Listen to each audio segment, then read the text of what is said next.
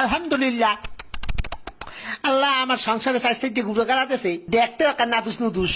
আহারে আমার কলিজার টুকরা বউ, তুমি কি ঠিক আছো সোনা বউ? আমি একদম ঠিক আছে মাই ডার্লিং। আমি তোমার কত ভালোবাসি আমার সোনা বউ।